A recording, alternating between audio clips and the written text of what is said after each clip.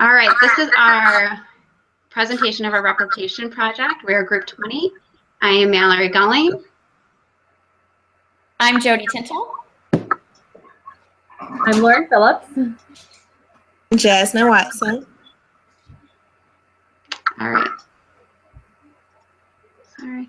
And then our study was on increasing on-task behavior, and we replicated the project by Hawkins and electrodes. And that is comparing the relative effectiveness of different interventions to increase on-task study behavior. We are 4 graduate students participating, and we implemented 3 intervention conditions using an alternative treatment design with baseline. The hypothesis function of off-task behavior was escape from task demands, and the function-based interventions were compared with irrelevant interventions to determine relative efficiency. Self-monitoring was used to collect data on the frequency of off-task behavior for each participant. The results of this replication study showed an increase of on-task behavior across conditions for all participants. Our introduction: current research shows a positive correlation between time spent studying and increased learning, as well as higher grades, especially as students transition into college. And this is cited from Steinbrickner and Steinbrickner in 2008. Despite repeated research showing that time spent studying is important, off-task behavior often occurs to escape the demands of studying at all ages. There are several strategies that could potentially increase on-task behavior, more specifically on-task behavior that's escape maintained. And some of these strategies we're citing from Golanka et al. In 2000. Traditional interventions for escape maintained off-task behavior usually rely on breaks from the task, either on a fixed time schedule or contingent on an amount of time without off-task behavior occurring, so sort of a DRO. But recent research supports several other strategies. The effectiveness of treatment for behavior that is escape maintained has been shown to be enhanced by enriching the breaks with the activities or attention. So almost, or actually combining some negative reinforcement with positive reinforcement has shown an increased effect over negative reinforcement contingencies alone. And that has been found in several studies, including Boson, Rohn, and Harper, 2011, and Golanka et al., 2000. There's several speculations as to why. We can speculate that the arrangement of positive plus negative reinforcement may be more similar to natural contingencies.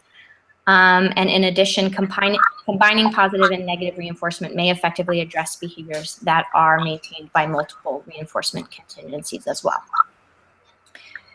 It's also been observed that positive reinforcement for alternative behavior can reduce escape maintained behavior, so a differential reinforcement of alternative behavior. So while interventions based on functional behavior assessments are considered best practice and often are most effective, as mentioned in Hansen, Wills, and Camp's 2014, increasing appropriate behavior through positive reinforcement can lead to reductions in escape maintained behavior without actually directly addressing the escape maintained behavior itself. For this to work, selection of a positive reinforcer is very important, and it's recommended that we use a preference assessment or even a reinforcer assessment, where the participant guides our selection of the positive reinforcer. In reinforcer assessments, it has been noted by Fahmy, Iwata, and Jan in 2015 that there are some advantages to using edible reinforcers over leisure or tangible reinforcers at times. So even when a tangible reinforcer was chosen in a preference assessment, at times edible reinforcers were more effective. And this was for several reasons, perhaps.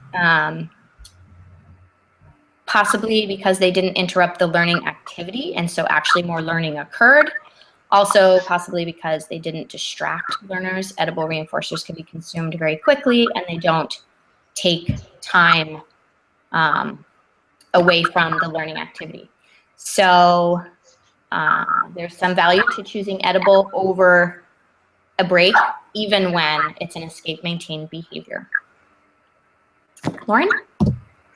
In addition to all that, I looked at a couple of other studies that focused on task behavior, which was our focus.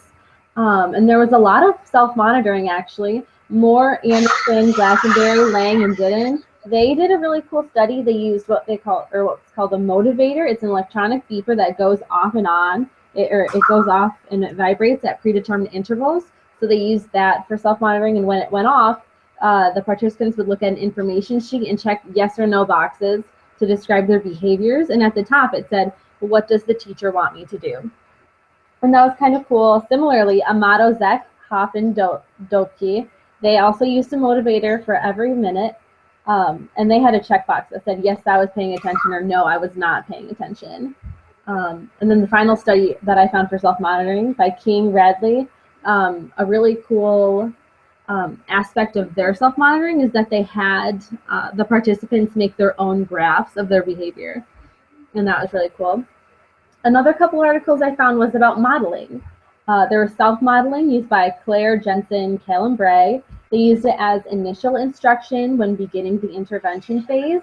And then another study by King, Radley, Jensen, Clark, and O'Neill, they had peer models, and the participants viewed those weekly during the entire intervention. And another cool aspect that I think drew us all to this topic was that it generalized to other settings in the Claire, Jensen, that 2000 study. And then it was also maintained in that King 2014 study, which was pretty cool. That brings us to the purpose of our study. We replicated a study by Hawkins and Axelrod, completed in 2008. It was with youth with behavior disorders. So it was a little bit of a different population, but the goal was to increase on-task homework behavior. And the original study was successful for all participants and at least one of the conditions. Okay, so I'm going to be going over the method of our study. The participants included 4 female graduate students who were attending an online program for behavior analysis at Ball State University. Before the study began, all participants expressed that they could benefit from increasing on-task behavior during study time.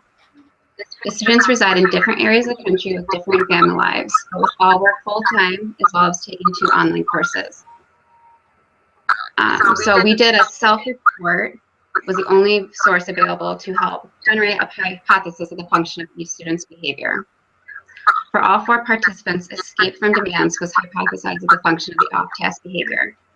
Based on admission to the graduate program and success in previous graduate level courses, participants were considered to have the skills necessary to stay on task. The materials needed were a desk or table with a chair, homework or any other study materials, a video recording app, partial interval data sheets, and a running timer. So the definition that we used for on task was actively or passively attending to assigned work, which was defined by Hawkins and Axelrod 2008, with both body and eyes oriented into that direction. Examples of on-task behavior include writing, silently reading, or reading aloud, looking up information in textbooks, online, taking notes, or attending to assigned videos. Some non-examples include activities such as checking social media, looking at phones, looking around the room, or talking to family members. We used an alternating treatments design with a baseline. So we started out with our baseline. That was just our normal homework time that we took data on. There were no contingencies in place, nothing special. And then the intervention phase began, and there were 3 different treatments that we used. There was break alone, and that was contingent on 10 consecutive minutes of on-task homework behavior. You got a 5-minute break. Break with activity, same thing, contingent on 10 consecutive minutes of on-task behavior. We allowed ourselves to have a 5-minute break, but this time we had an activity, so writing or reading, leisure reading, I don't know, crocheting. I played with my puppy, stuff like that. And then the final one was edibles. The edibles were consumed immediately, contingent on, again, 10 consecutive minutes of on-task homework behavior. Like I said, we did the baseline first, and then we alternated the 3 treatments sequentially. We conducted sessions 1 to 2 times per day in 45-minute sessions. We made sure that each session was 2 hours apart if we did do it 2 times a day, and we only collected data for a 20-minute period. We used partial interval data collection in 15-second intervals. We also did IOA sessions for 20% of the sessions for each phase, and our overall agreement was 95.4%. Our social validity, where the graduate students also discussed their perceptions of the intervention procedure following the completion of all phases. All participants agreed that the interventions were easy to implement and to collect data on.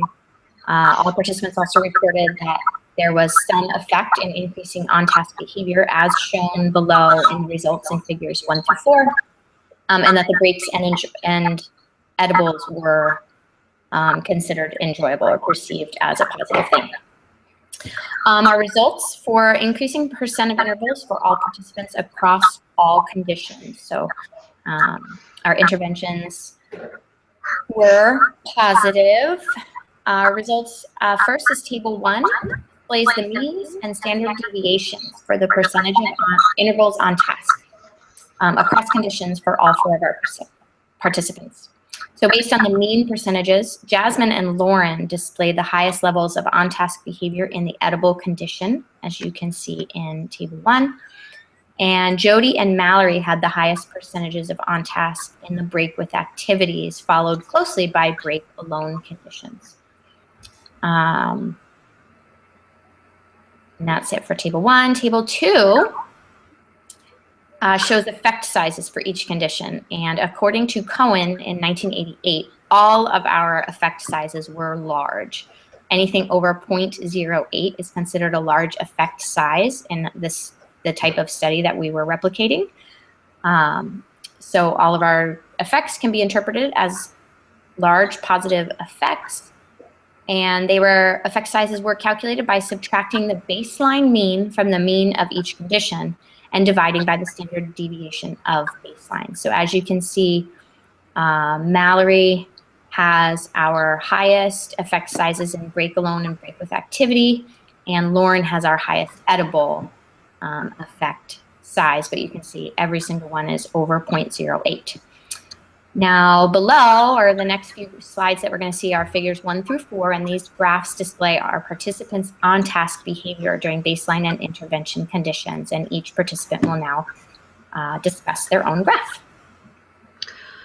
Okay, as you can see in my graphs, I had the highest on-task behavior during break with access to a preferred item compared to the rest of the other conditions. The next highest interval of on-task behavior occurred during break alone, followed by an edible. Edible did show to have an increasing trend towards the end of the study, while break alone had a slight decreasing trend. As you can see, my graph has the highest percent of intervals for on-task behavior for edibles. All of the conditions were increased during the intervention for all the conditions. But as you can see, edibles was the highest increase.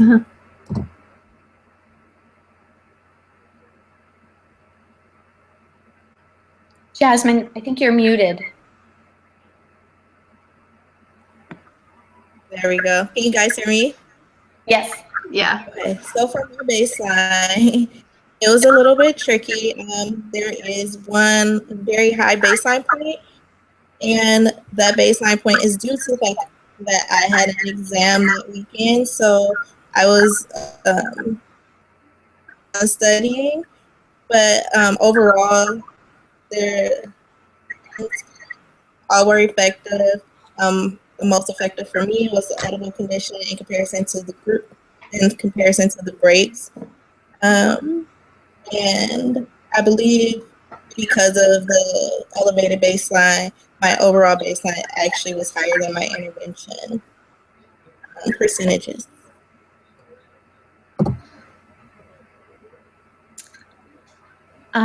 Figure 4 is my graph.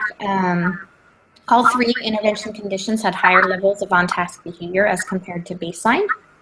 All three had at least 50% of sessions with 100% on-task intervals. Break alone and break with access each had 3 data points that were at 100%. But break with access was the highest overall, followed by break alone and then followed by edible.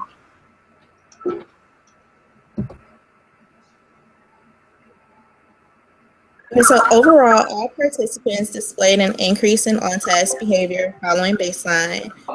The effect sizes for Mallory and Lauren, they both had the largest effect sizes of all the participants across all conditions. Breaks with and without activity were the most effective for both Jody and Mallory, whereas edibles were more effective for Jasmine and Lauren. Function of our off-task behavior. So Jody's and Mallory's data were both consistent with the data presented in the replication article, which found that escape from task was the function of the off-task behavior. For Lauren and Jasmine, their data shows that their off-task behavior was due to the access to edibles, which is also consistent with one of the participants in the original article. It can only be assumed that removing the students from the task, the students being Jasmine and Lauren, will make it more difficult for them to get back on task following a break, whereas with the participant in the original article, he had exerted too much energy during his breaks.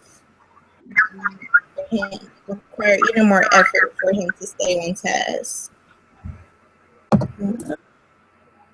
For baseline to intervention, 2 of the participants, Jody and Mallory, they began their intervention while baseline was on an increasing trend, which could have led to some carryover effects from their baseline to implementing the first intervention.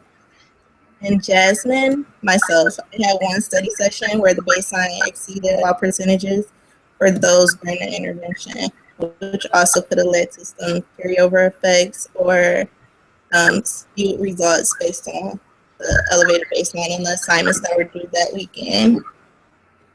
So recording, all of the participants discussed the proposed function of their off-task behavior.